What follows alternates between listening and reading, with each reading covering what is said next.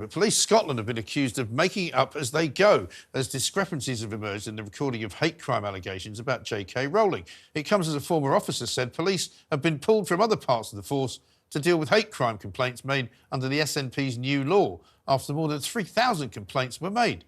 A very slippery slope indeed for democracy. Joining me once more, editor of Spikes Online, Tom Slater, journalist and broadcaster Candice Holdsworth, and lawyer and broadcaster Andrew Eborn.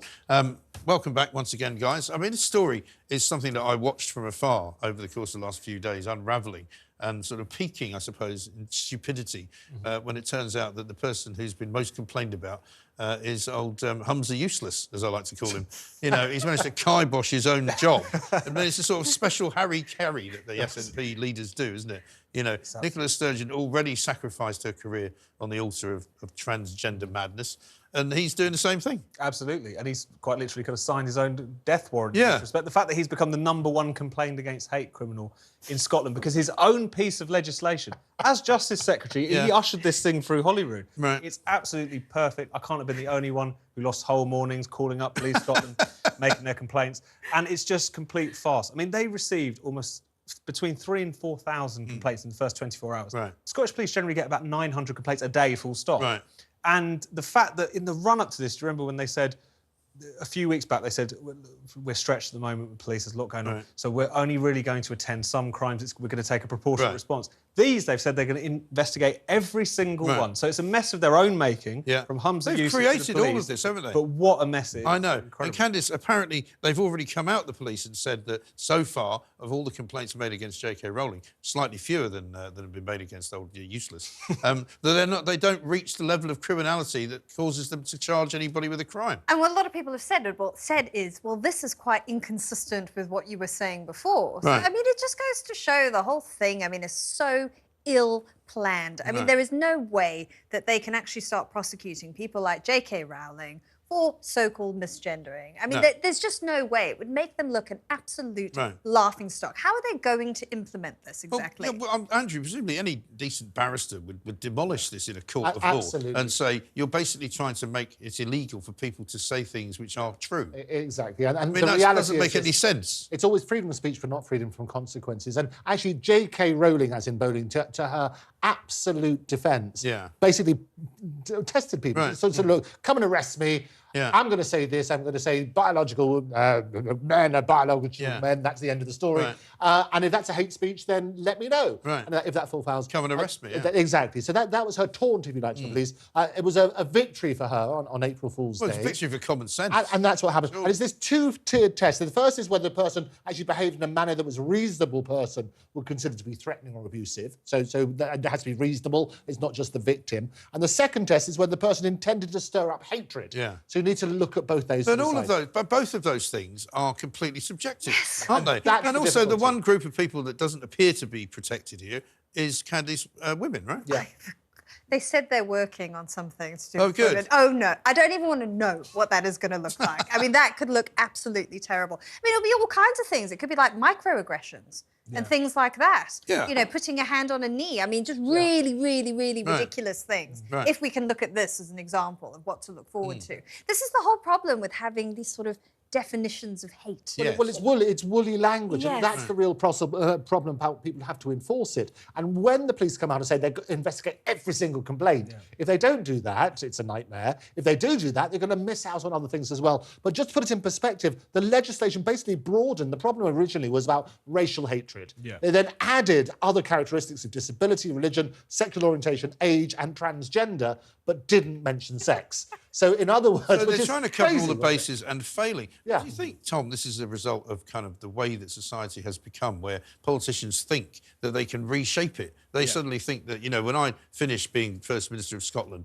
I want to be known as the man that, you know, did this and I changed the world. Ended hate. I ended hate. No, absolutely. I was saying to you earlier, there's an old firm game on Sunday at Ibrox, with the world headquarters of Rangers Football Club, where Celtic and Rangers fans will be literally baring their teeth and bawling at each other, all sorts of horrible sectarian stuff. And they tried this once before with flags, because they tried this sectarian law, I think it was under Alex Salmond, and they said that all sectarian flags would be banned from the game, which would have been fine, except for the fact that they bring Union flags to the game. They bring Irish tricolours. And people started going, well, hang on, that's not a sectarian flag, it's a national flag. I remember that well. That was actually called the Offensive Behaviour at Football Act. Yes. If you're going to clamp down on offensive behaviour at football, you have to arrest the whole stadium. Yeah, exactly. In most cases. And they couldn't do that. This is the SNP, though, is that they claim to want to liberate Scotland. They claim that Scots are under the boot of England. They don't trust these people to go to a football match on the tip. They don't trust these people to have conversations. In fact, you might say some of the things they say about the Westminster government and Parliament are quite hateful.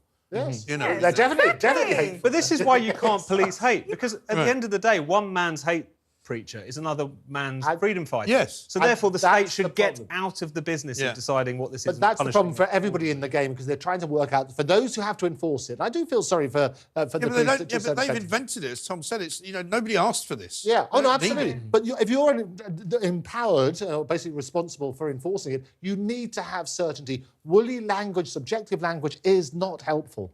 And it's going to be misused so badly. People are going to use this vendettas. vendettas, to settle Twitter feuds. Right. That's what it's going to be so tempting for them to bring the police in. We've seen Twitter become a place where people threaten each other with lawsuits all the time. There's more lawsuits now because of people saying things on Twitter than I think there have ever been. Yeah. There's also evidence from the law and from courts where they're saying, don't bring your poxy Twitter feuds to court. It's a waste of court time. Get over yourselves and stop suing each other all the time. Yes, be a bit more resilient, toughen up a bit. Yeah. We would be so much better if we just remembered that old kind of sticks and stones. Yeah.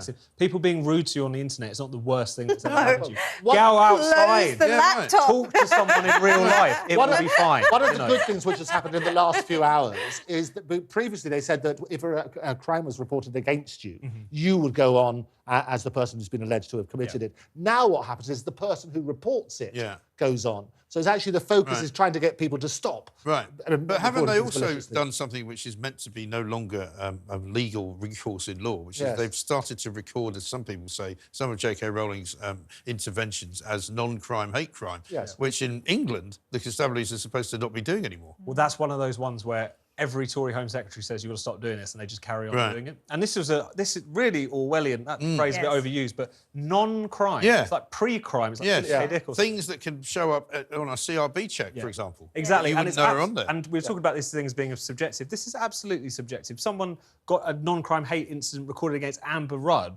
because of a speech she gave about immigration that he later admitted he never actually heard. Right. So this is the sort of scale of how credulous the police are. But as ever, it shows you that the police do bear some responsibility for this nonsense as well, because they've been told to stop doing it and they carry on doing it. Yeah. Also, the mischief you're trying to guard against, actually, it's going to encourage people to try and push the boundaries of the law. So for those who want the protected people in that sort of basis, people are going to turn around and will say, well, J.K. Rowling said this, I'm therefore going to say this, and more and more people are going to take part as a result of it. Even more reason why it should never have been done. No, there's something very Salem about it all, something very pre-Enlightenment, people pointing fingers at each other and trying to use the law and the courts to hurt one another instead of being able to just settle things themselves, to engage in debate with themselves. Allow people to have opinions which you might not like, even if some of them might be borderline, racist or, fascist or communist or whatever they are. It's not illegal to have an opinion that's different. It's not illegal to think, and that's the essence of freedom of speech. You have to embrace and listen to views that you disagree with.